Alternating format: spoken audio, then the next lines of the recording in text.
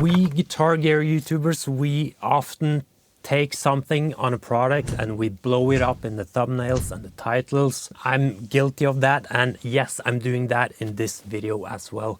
This is a review of the Shotmaker The Songstress amp, a very capable combo, and I'm going to tell you the big thing about this amp right away. You have so many different ways of finding the gain character that you like in this amp. You have a bias switch which you can set to hot or cold. Hot is louder and more gainier.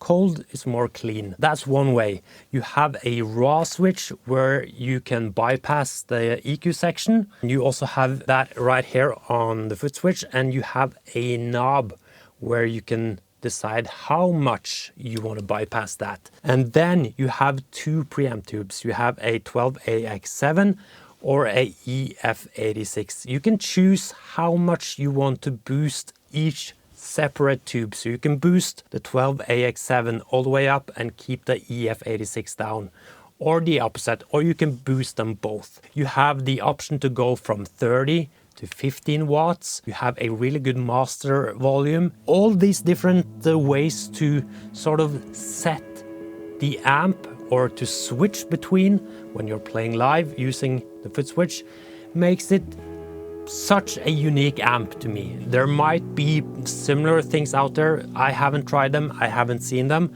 but to me that is like the big selling point of this amp, and it sounds so good. Of course, I'm going to show you this in this video.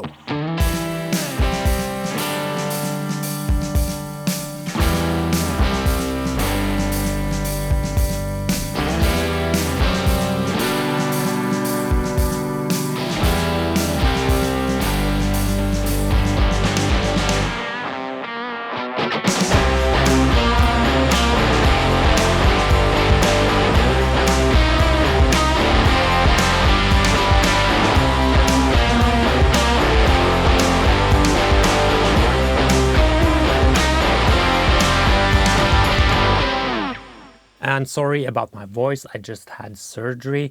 My voice was completely gone, but now it's better, and this is the best that I can do today.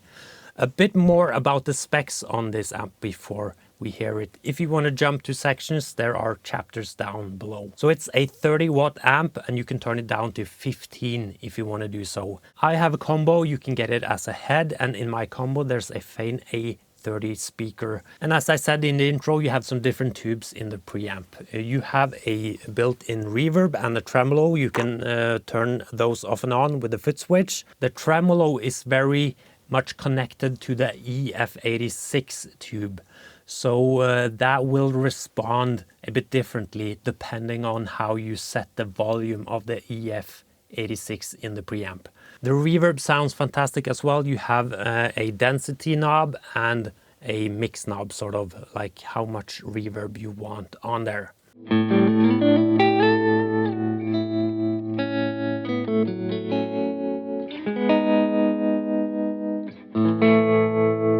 And you have that raw switch on your amp or on the foot switch where you are bypassing the EQ section of the amp. And you also have the option to blend how much you want of that. Really handy if you want to use it as a solo boost, for example. And the bias switch that I also talked about is for the preamp only, so it's not affecting the power stage of the amp. And if you end up buying the amp, or if you want to try it somewhere, check if the bias switch is set to hot or cold. When I got my amp, it was set to hot, and I sort of didn't notice, and I was struggling to get those really clean tones. You definitely need to be on the cold setting to get that. So I was sort of thinking, this is really cool sounding, but I'm not getting any clean tones really. It was because of that bias switch. Yeah, so now you know that. And also that bias thing is the only thing that I've like added as a comment about the whole amp. Could it be possible to also have that on the foot switch? I don't know if that could work, but for me that sounded like a idea for a very natural, clean overdrive channel type of thing, and that combined with the raw knob would give you a lot of tonal options or gain options when playing live. In the studio, of course, that's not a problem because you can always just like flick the switch. But yeah, you also have a deep switch on the amp that adds more low-end extension. That is kind of subtle to me, but a cool feature. And you also have a bright switch, which is a bit more noticeable than the deep switch. I always keep the bright switch on the most extreme setting. I think that adds a nice top-end chime sort of to the amp. When I'm filming this review, the amp costs 2,850 euros, so it's not a cheap amp, it's a boutique style amp. I find it hard to compare it directly to others, but maybe Bad Cat and Matchless, amps like that. Always when I get a new amp, I try to like sonically place it. Is it a Fender? Is it a Vox? Is it British or is it American? To me, that is kind of hard with this one. It's sort of something in between, in the middle of the ocean between the UK and America. It has that chime that I like from Vox amps, but it has more roundness and it's a bit thicker in the low end. That is something that I usually miss with Voxes and Marshalls and stuff like that. So it sits perfectly in between. But yeah, don't necessarily take my words for that. Listen yourself and see what you think. I haven't been told by Shotmaker that this is something in between a Fender or a Vox. It's just what I think. Okay, let's hear the amp. I'm close miking with a Lewitt MTP 440, which is close to a SM57. I also have a Beyer Dynamic M160 ribbon mic. And also I have a third mic, a room mic, that I will turn up a bit louder than usual when I do room mics, because I want to try to show you how it feels in the room. Let's go. I'm starting off with some clean tones, and then I'm going to show you how you can easily go from that to a more slight breakup, and how you can use the raw knob and then the bias and yeah, everything else.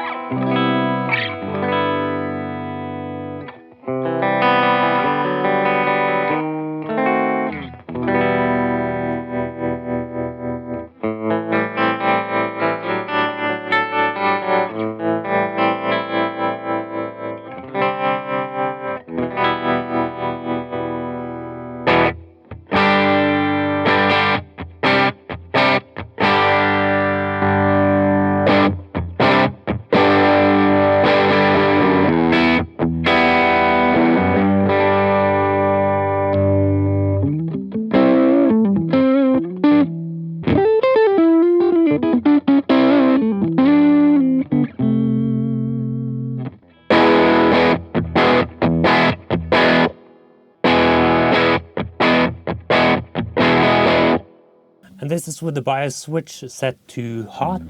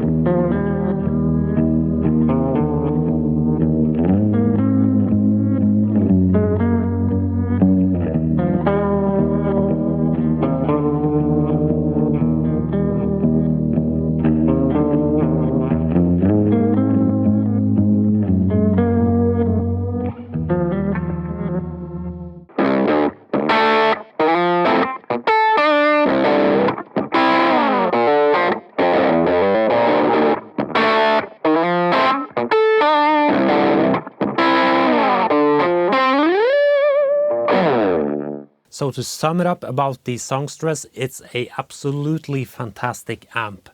I'm going to use this as my pedal testing platform coming up on this channel. Up until now, I've used a Fender Deluxe Reverb. I definitely prefer this one without saying anything bad about the Deluxe Reverb, but I just really like the chime and the combination of the chime with the roundness and responsiveness in the low end about the Songstress. I just really like that. It is feature packed. The only thing that I mentioned as a negative, it's not a negative at all. It's an idea from me. And that was to put the bias switch on the foot switch, to have that like easy, accessible when you are playing live. I don't know, just an idea from me. And also there's a price. It's a premium price. It's a premium amp for premium price. This is not for everyone.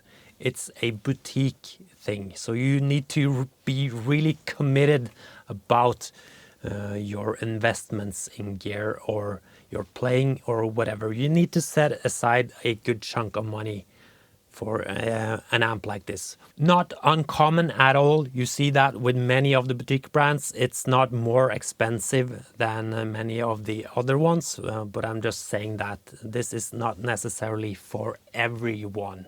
It's not necessarily for everyone. But indeed, for that price, it is a fantastic amp. And I see another thing that I noted. I like combos. I said that in my Supro review, the Supro Airwave. I prefer combos. I've always done that. There's no amp rattle in this amp thus far. And I'm hoping it will stay like that forever, because that's one thing that can be annoying with combos. So that is the Songstress. Again, sorry about my voice. That's just how it is at the moment. Thank you for watching this video, and goodbye.